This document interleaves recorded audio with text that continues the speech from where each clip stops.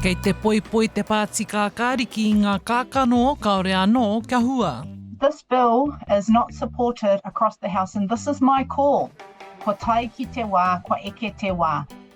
Nō tēnei marama, I puta te pire hou a Te Pāti Kākāriki, ka whakatokangia ngā tūru Māori ki roto I te whare miere. E ai ki te kaituhi o te pire a Hūhana Lyndon, e hara tēnei I te pire hou, engari he mea tēnei hei whakapūmau I te reo o ngai Māori. When you have a kāwanatanga pēnei te rahi, me te tūkino, te raweki, te tiriti o waitangi, horekau I nei tūru, e pupuri tonu ana. Tahirau, neke atu I te tahirau rima takau tau e nei tūru, e tūwana ki te whare pāremata. Nā reirei hara hoki I te mea māma, me ki e hara I te mea poka noa te whakakore I e rā tūru. Ka tāia, engari anō pēr tā rātau whakakore. Mēnā hiahia ana te kāwanatanga ki te whakakahore te tei ture, ka tāia e rātau. Nō tēnei wiki I puta te kōrero a ACT ki a mātou o Tahu News, kaore a ACT e tautoko I te whakapūmau I ngā tūru Māori, I te mea kaore mātou e tautoko ana I te whai tūru Māori motuhake I te tuatahi, he āheinga mō ngā kaitoranga pū Māori ki te whai tūru whānui. Engari, e ai ki a Lyndon, he raru nui mo te iwi Māori, mēnā kaore tēnei pire e whakaitia. We have a government that is so anti-te tiriti. It is important for us to put these issues to the fore.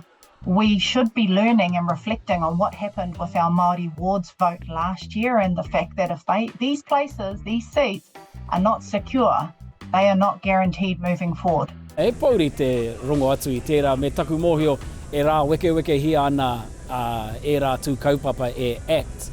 Hei whakamataku I te hunga kaumātua Pākehā o te motu, hei hora I te kaikiri ki ngā whakatipuranga o te iwi Pākehā, me tuku atu I o tātou pāti, ki te pāti reipa, ki te Pāti Kākāriki rānei, I te mea ki te hiahia tātou ki a panoni I te kāwanatanga, me wikitoria a reipa.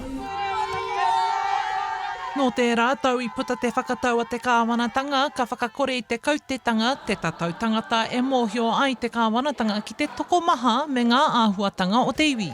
Engari, ko tā te roia Māori a Tamahou Thoms, ka whakatau te maha o ngā tūru Māori mā te ture e whakamahi ana I ngā raraunga taupori o te pūrongo tangata, I te whiriwhiringa o te rārangi Pōti Māori.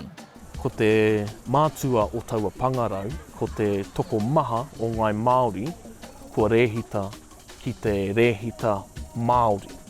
Kaua nake te census engari, ka whai pānga te census engari ko te wāhanga nui ko te rehita Māori mō ngā pōtitanga. Ki te uru katoa mai, te toinga o ngai Māori ki te rārangi Māori, ka neke atu ki te kauma rima, kauma ono o ngā tūru motuhake o te iwi Māori. Nō reira me mātua whai tātou I taua huarahi.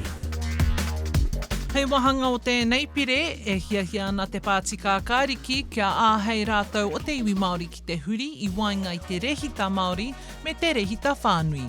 Hora Kairangi Nicholas, Tahu News.